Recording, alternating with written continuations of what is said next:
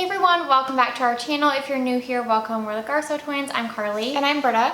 And we would love it if you would subscribe before you leave if you like this video. We're doing a book video, which we don't do a lot of these, but if you guys like them, we will definitely do more. Yeah, we thought that it might be a good idea because you guys are usually asking what we're reading, and we are pretty good about updating our Goodreads. So if you don't follow us there, we'll leave our profiles down below so you can follow us because we track all of our progress there. But since we've both been reading so much more, instead of just including like our favorites and like our monthly favorites, we thought it might be helpful to kind of do a quarterly overview. So I guess this would technically be, well, we're filming this March. What's the date today? Like the 18th? It's April.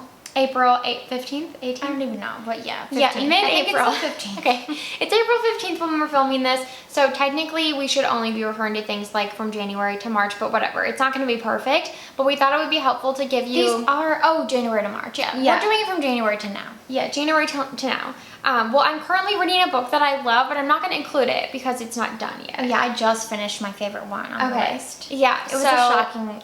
I've not heard anyone talk about this either, so... Okay, so we're going to do... We were kind of debating, so let us know if you like this format, but we thought it would be helpful to give you our top 2 books of the quarter and our bottom 2, because we often talk about our favorite books, but we never really tell you about books that we read that we didn't love and they like kind of fell flat. So here we go. We'll see if you guys like this format, and we're each going to pick 2 for a total of 8 because we feel like that'll be a good number. Yeah, should we start with our least favorite or favorite? Sure. Least favorite. So my least favorite, I should say, so far this year I've read 12 books. I've read 14 so far. So let's see. My least favorite book that I read this year was Malibu Rising by Taylor Jenkins Reid. And this book was so hyped up when it first came out. This author is so hyped up. People love her books. I know you didn't like the other one you read by her. What did she The read? Evelyn Hugo. Okay, I did not like it. I'm actually, the whole time I read it, I thought this would be a much better movie. And they're making it into a movie or a TV show. So I think it's going to be an incredible, on screen. But I didn't love the book as much as everyone. Everyone said it was like their favorite book they've ever read. Yes, and like this one got such good reviews, and maybe I just didn't understand the premise. Like based on the cover and based on what they say, like they say how there is a party and like this on the Malibu coast and something happens, and I just thought it was just going to be like a suspenseful book, and it was just sad. I gave it, for reference, I gave it 2 out of 5 stars. It's basically about this family, these 4 siblings. It goes back and forth between like their childhood and them as adults, and the whole thing starts like the night of, or the day of this party that one of the sisters throws every year in her home in Malibu. And these kids grew up in Malibu because their dad was a famous musician. But to say my heart broke so many times, like there was barely anything happy that happened in this book. Like the dad was awful, like constantly kept leaving the mother, had no relationship with his children. There's like a point where a girl comes between 2 of the brothers. It's also super heartbreaking. And the brothers are kind of like twins because they have different moms, but they're the same age. So scandalous, I know. And like the older sister, like she literally like has to take care of everybody else because she started raising her siblings when she was like in high school because their mom dies. It's a whole thing. Like I don't want to give too much away if you do want to read it, but I like to read it as an escape, and I know that those things are like very real and we should acknowledge them, but that's just not why I read fiction. And so it just like took me back, and I was like locked into it. Like I did want to see how the story ended because there is a fire, as they say in like the description of the book. But whoa. So I think you would like Evelyn Hugo more than that, but also very tragic, very sad. But Evelyn Hugo like centers around the old school movie business, that is cool. Like that's always the best. Yeah, that's why I'm so excited to see that. I think they decided on a movie. I think it would have been a really cool show, but I think they're gonna do a movie. What was your least favorite? Okay, my least favorite, which I don't even know how I found this book, so probably my bad, but it's called The Tourist Attraction by Sarah Morgenthaler. The cover's cute. Yeah, I thought the cover was really cute, and the whole premise is like this girl, Zoe, she's always wanted to go to this town in Alaska, and she heads over there. It's called Moose Springs, Alaska. She basically like saves up, and she like grew up really poor, and she's friends with this socialite who has a lot of money, who like invites her every year because her family vacations there. And then one year she finally has enough money and decides to go. And it's basically like a rom-com where she meets this guy, Graham, who owns a diner there. It's called The Tourist Trap, which was really cute. I mean, the whole premise is basically like Luke and Lorelai from Gilmore Girls. So it's a cute idea that there's like this like really sweet girl, and she's like visiting Alaska, and then she meets this guy that owns a diner who's like very surly and doesn't like anyone. He like has this whole like shtick where he'll like be mean to people, and they love it, so he keeps doing it for like the tourists. Which was pretty funny. This book had funny elements, but obviously at the end of the day it centers around their relationship, and I just felt like a lot of it felt really like surface level, and like I couldn't really see what bonded them. They like had an attraction towards each other, but it was like it all happened really quickly, and you can probably see how it ends, but I just felt like it was super unrealistic. Yeah, that's my issue with a lot of these love stories. Yeah, and Carrie Starring. the one like really, oh my god, you can't hear him. The one thing I really did love was the Alaskan setting. There was like a moose involved that had a really sad thing happened as well. But they really did a good job describing Alaska, and like they made it sound so charming, especially this little town. His diner sounded so, he's so loud. His diner sounded so charming, and so I loved that. But at the end of the day, if it's a romance novel, I need to like feel the connection between the characters, and I didn't really feel that. So I gave it 2 out of 5 stars. What did you give that? 2. Yeah. That was my only 2. I have another 2. I have 3 2s, but okay, I have my other one, I was kind of torn because there were 2 books that I read that I gave. Oh no, that was my only 2-star, you're right. Yeah, I gave 3 stars to. But I think I'm going to go with The Girl He Used to Know by Tracy Garvis Graves, which I really liked. The Island by this author. I read it years and years ago and really loved that book.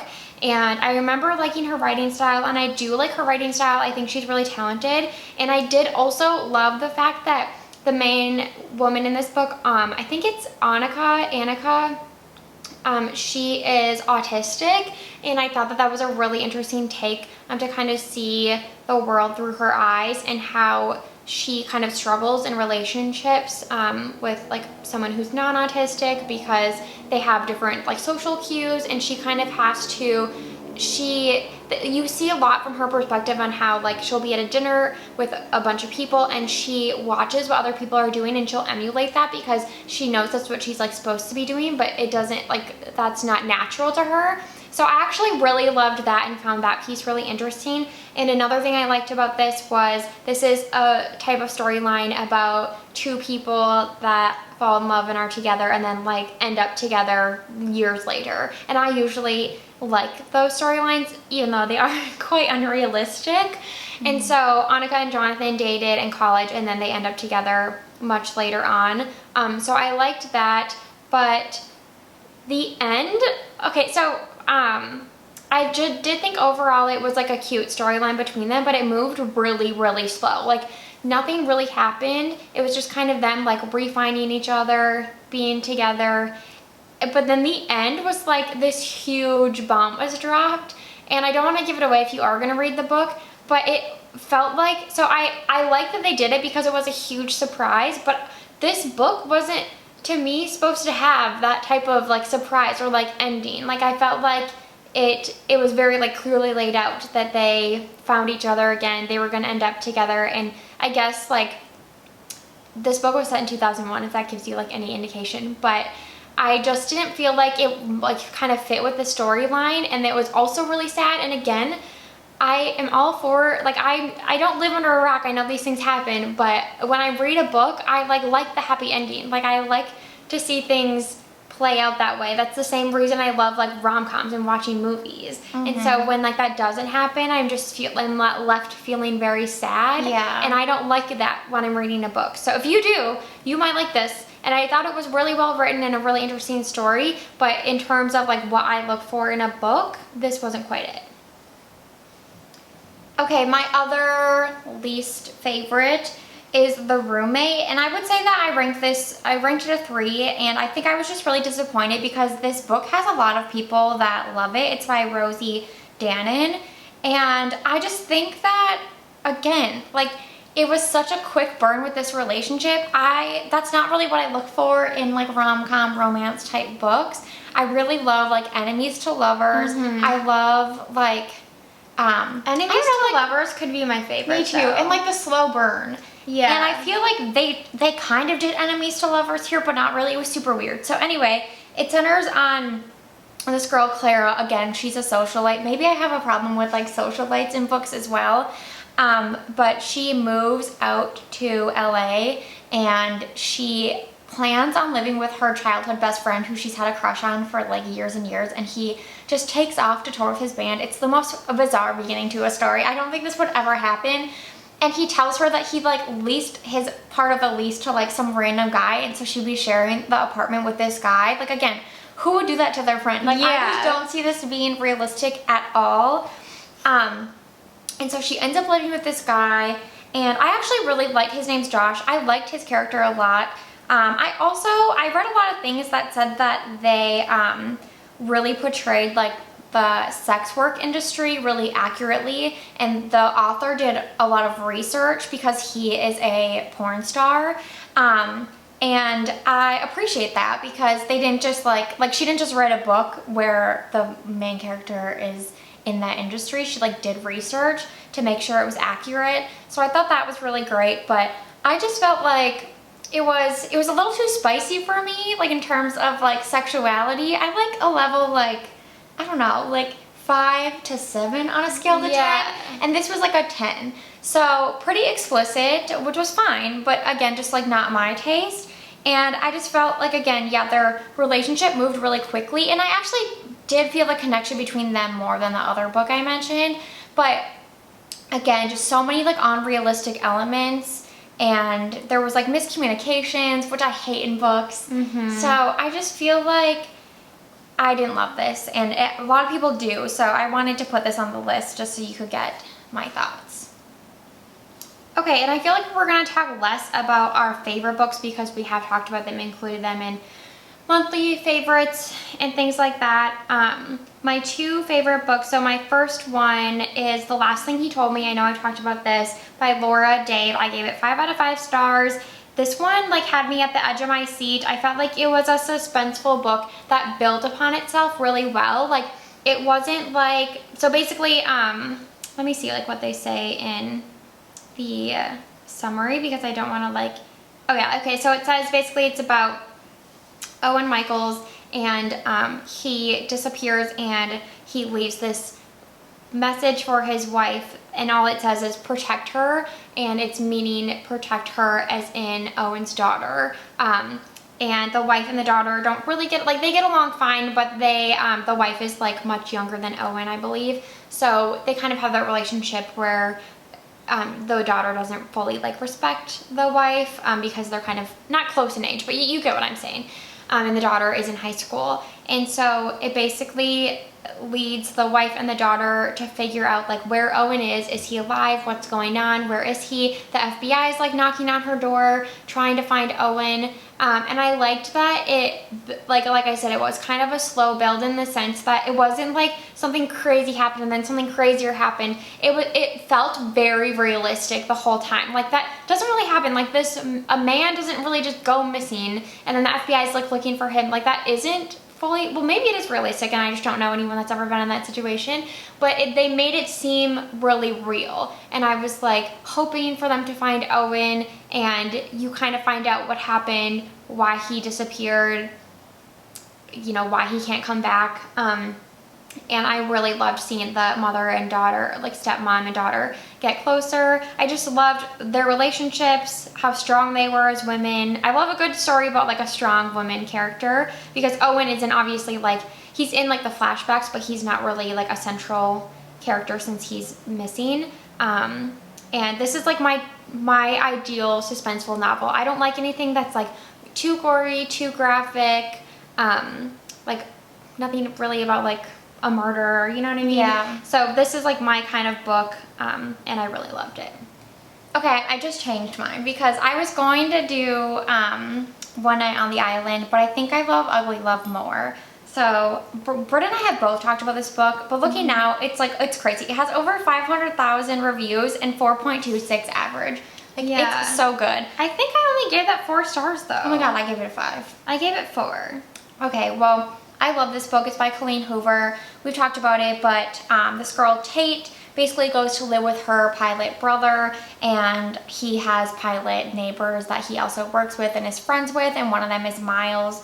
And it's obviously a love story between them. So he lives across the hall, which I love. If there was more books that had like that, if that's a trope, like I love the whole neighbor thing. I think that's so cute. And Miles has a lot of, I guess, like his past that he hasn't dealt with. And I loved that you like saw both of them develop. I think I talked about this in our weekly or monthly favorites, but both of them develop like personally and together. And I could just like feel the love between them. Like more than like most books I've read, it like almost brought me to tears. Like I just felt like, wow, these people are made for each other, even through like all they've been through. And he like works through a lot of his emotions and his issues with his past relationship through the book. And I love that it's called Ugly Love, because it gets like it gets ugly at times. Like there's really tragic things that happen and had happened in his past. But I love how Colleen Hoover, who can do no wrong really, how she just like takes like ugly moments in life and like somehow makes them beautiful. So I love this book. I was like blown away. I love Tate and Miles, and I love the name Miles. I think it's so cute. So, yeah, me too. 5 out of 5. I love this. My other favorite book that I read, well, I loved both Emily Henry books, People We Meet on Vacation and Beach Read, but I think I liked People We Meet on Vacation a little bit more because I love the friends to enemies trope, but I also love, is this a thing? Like friends to enemies, then? Or enemies to lovers. Oh, yeah. But is friends to lovers a trope too? Oh, I think so. Because I also love that because like that's used a lot though. That's kind of in my next book too. Yeah, and so I love Poppy, and then what was the guy's name in this book? Oh, yeah, what was his name? Poppy and Alex. And so basically they take a trip every summer together, and it started off when they've always been best friends, and they were like poor college kids. Like 19. And she was a travel writer, so she would get like these free trips. So I liked seeing the progression of their trips, like how when they were younger, they were very like nitty gritty and just kind of like whatever they could get for like the least amount of money, and then seeing them to like these more extravagant trips. I liked that. I liked watching them grow up. I like a male-female best friendship. I mean, in the books like this, it always ends in a relationship, but I like that because it's just cute to like watch.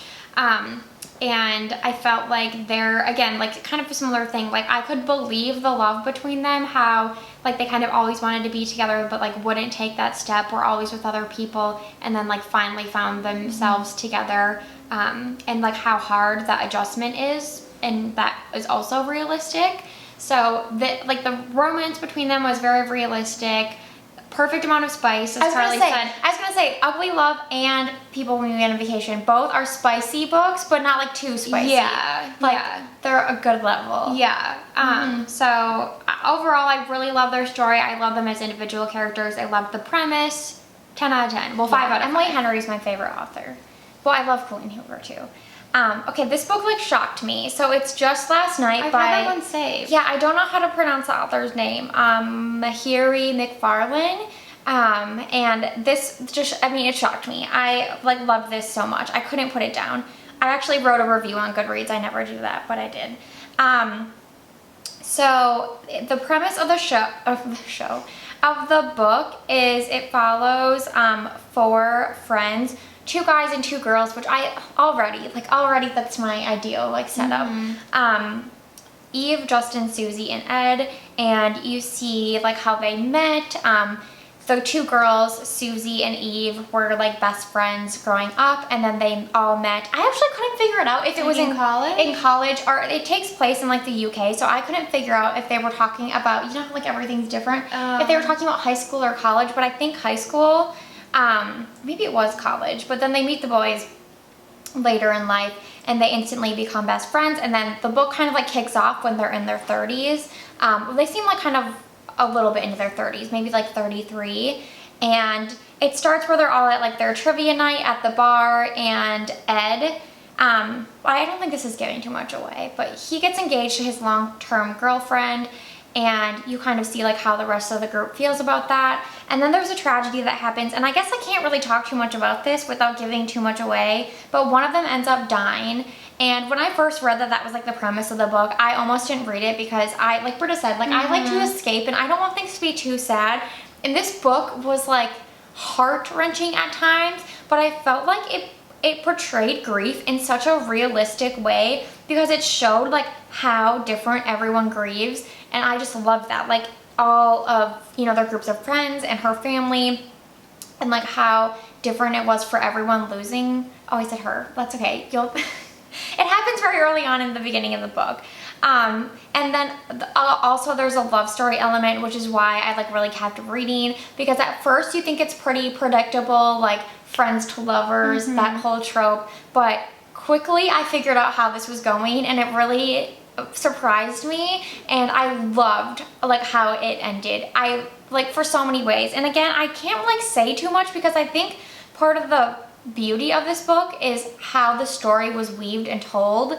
And I think like it made it so like I literally did not want to put it down. I saw Emily Henry write a review for this, who's the author of Beach Read, and she said, I wish I would have written this, but then again, I don't think I could stand to give up the chance to read it having no idea what was going to happen. And that's exactly how I feel about it. So it's a journey. I can't really say too much, but just read it. It's so good. Okay, thank you guys so much for watching this video. We hope you guys liked this format. If you have any suggestions for like our book review videos, we're all ears, so let us know down below.